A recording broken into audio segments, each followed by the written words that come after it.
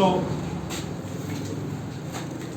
क्योंकि माँ गंगा भी यहाँ से ज्यादा दूर नहीं, तो शेरपुर की इस पावन धरती को नमन करते हुए, अपने बुजुर्गों के चरणों को नमन करते हुए, युवा साथियों के जोश को अपने जोश के साथ मिलाते हुए आज शेरपुर गांव में है।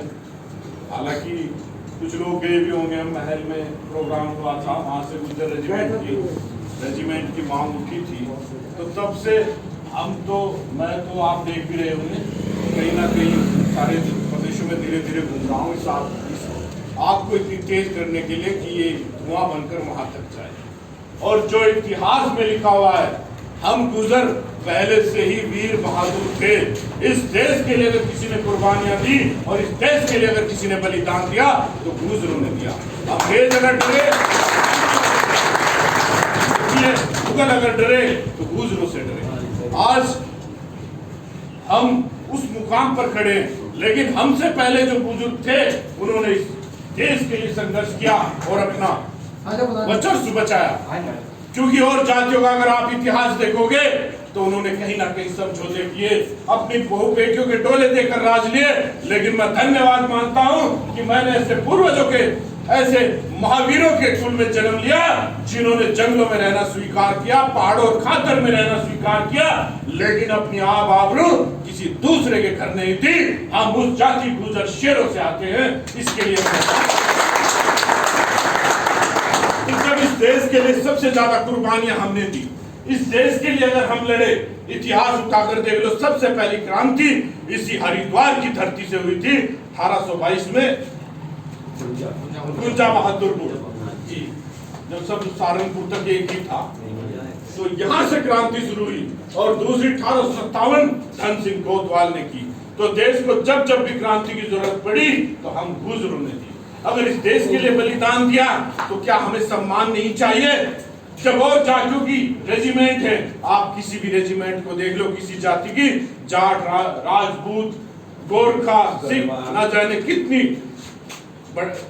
रेजिमेंट है, लेकिन इस वीर बहादुर कौम जाति की रेजिमेंट नहीं, ये सम्मान आज तक हमें नहीं मिला। उसी सम्मान की लड़ाई हम लड़ रहे हैं। आपने पहले भी देखा होगा, 1 मार्च से हमने एक गुंजा बहादुरपुर से दिल्ली तक के लिए पैदल यात्रा की थी गुजर रेजिमेंट के लिए। लेकिन हम गुजरों का भाग्य बड़ा ही दुर्भाग्य है, क्योंकि जब भी कोई चीज परवान चढ़ने आती है तो कुछ ना कुछ होती है। उस टाइम कोरोना हमारे लिए काल बंद कराया और हमें अपनी यात्रा बंद कराई। लेकिन वो स्थगित हुई थी, खत्म नहीं हुई थी। वो यात्रा फिर से शुरू होगी और फिर गुजर रेजिमेंट के लिए लड़ेंगे। हम सरकार से चाहते हैं कि अगर किसी भी जाति की रेजिमेंट ना रखे, सिर्फ भारतीय सेना रखे, और अगर और जातियों की रेजिमेंट है तो गुजर जाति की भी रेजिमेंट होनी चाहिए। ये सम्मान भी इस गुजर जाति को मिलना चाहिए। ये लड़ाई अकेला सोनू गुजर या राष्ट्रीय वीर गुजर सेना नहीं लड़ सकती जब तक आप सबका समर्थन और आप लोगों का साथ हमें नहीं मिलेगा। उस दिन धन्यवाद मानते हैं, हमने पहली बार राजा साहब को कहा था और उन्होंने अपने महल में प्रोग्राम करके हमें अपना पूरा सपोर्ट किया कि जहां भी मेरी जरूरत होगी और जहां भी होगी तो मैं इस गुजर रेजिमेंट के लिए आपके साथ हूँ। सचमुच ऐसा विधायक, ऐसा नेता मिलना मुश्किल ही नहीं, नामुमकिन है, जो इतने बड़े मंच पर भी रहकर बिरादरी की बात कर सकता हो। वो अकेला गुर्दा इसी विधायक में है, राजा साहब में है। और इतिहास गवाह भी है, आपके लक्सर में जो गुजर जाति के स्वाभिमान का कीर्तिमान लहरा रहा है, राजा महिर भोज की तस्वीर अकेले पहली हिंदुस्तान की ऐसी तस्वीर है जो सरकार के माध्यम से महिर भोज की तस्वीर रखते हुई है। ये भी आप लोगों का सम्मान है। लक्सर में आज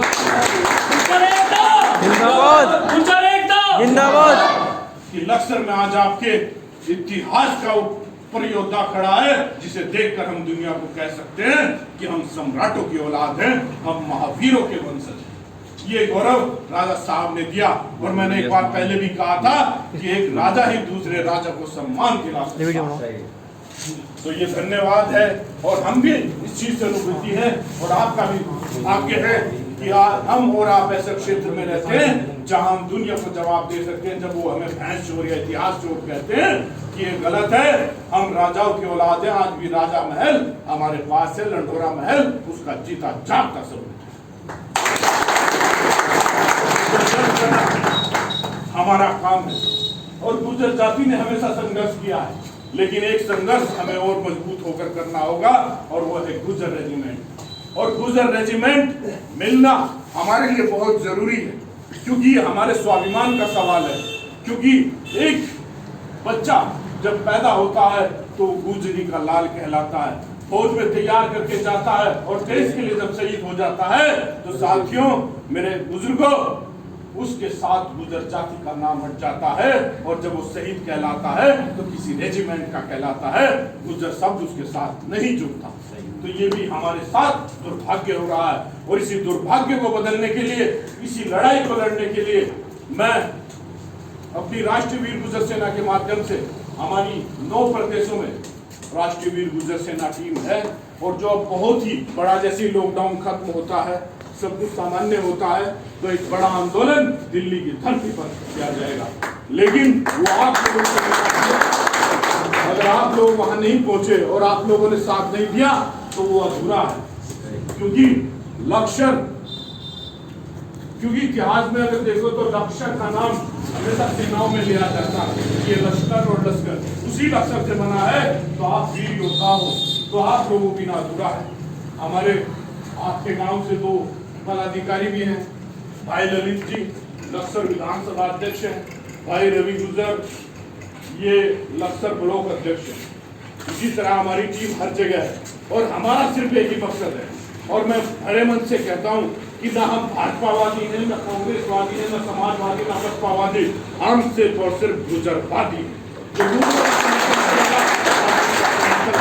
और जो विरोध करेगा हम उसका विरोध करेंगे, यही है। और गुर्जरों को तो पहले भी कहा गया है, और मैं हमेशा कहता हूँ कि एक जैसी शक्ल है गुर्जर और कयामत की, कोई आजमाइश ना करे इस दुनिया में गुर्जरों की ताकत की।